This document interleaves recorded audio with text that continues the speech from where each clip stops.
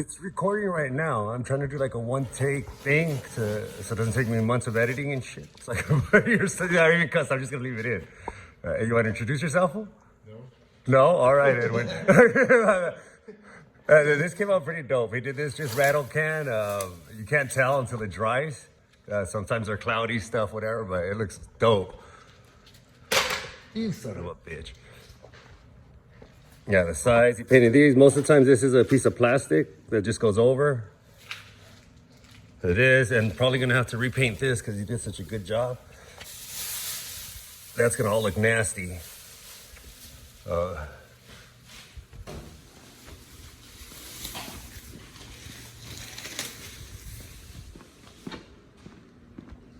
So the wrap on purpose has the orange, the black, gunmetal gray, because the cage has gunmetal, nickel, and orange. The seats, also orange stitching. So the back seats are all gonna match that. I don't know which videos you guys have seen, but I'll come daily and just do these uploads. Just to not lag it so you guys don't gotta wait for me for months. Yeah, interior is gonna be finished. Shout out to everyone that's helped so far. Tommy Gas at Gulpin, he hooked it up with some electronic stuff, some sensor stuff.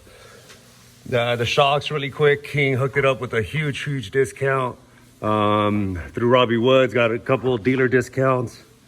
The brakes, super expensive brakes. Got a discount through Brad DeBerti. The wheels were painted to match the scheme too. So a ring from Innovate Wheels, forged, beadlock, bulletproof with some racing tires, all armored, so it all matches. You don't got to get out of the way, fool. It's just one clip, fool. What else? I don't know. We'll show more running around, jumping around and stuff, but this is just for the wrap. And the hood, McNeil Racing. I think it was their first hood. We got their first set. We're having a little bit of conflict with our other guys and they reached out to us.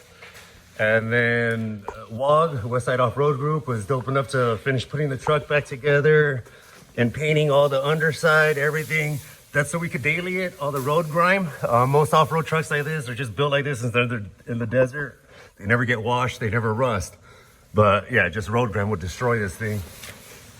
So the cage that Westside Off-Road Group did for this is chrome ollie, and you can open it and close it one-handed, just like it's a truck, like my semi-truck lid. Oh, my bad.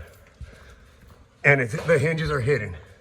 So still kind of a sleeper truck that you could take in the street, and it keeps up with race trucks. So I don't know, I'll figure out where they'll be tomorrow, and I'll show you guys some more progress.